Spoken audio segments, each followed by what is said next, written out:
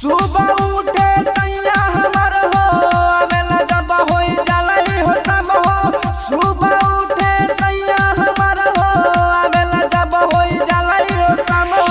चिलम पी पी जिएला ए सखी हमर भतारा रोजो ए सखी हमर भतारा रोजे गांजा भर भर पिएला।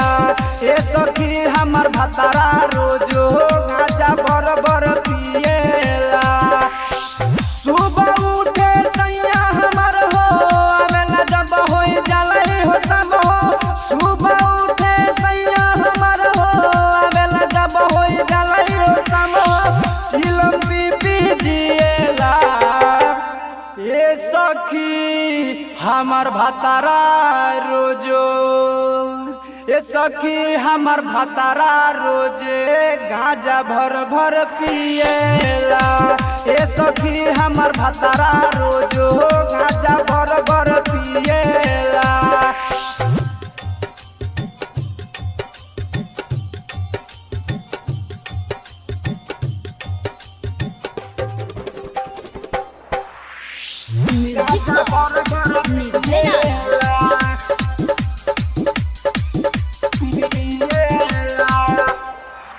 सखी ले के गाजा दिन भर घूमेला राजा।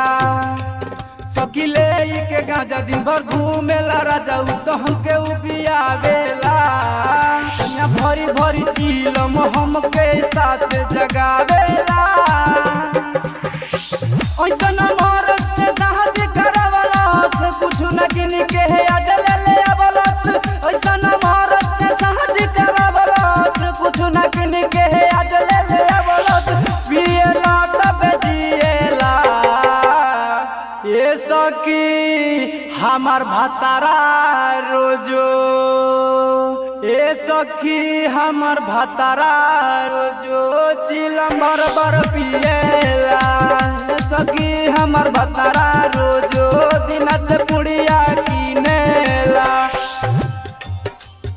Mix by Bholenath recording studio Ramnagar Ramnagar Ramnagar.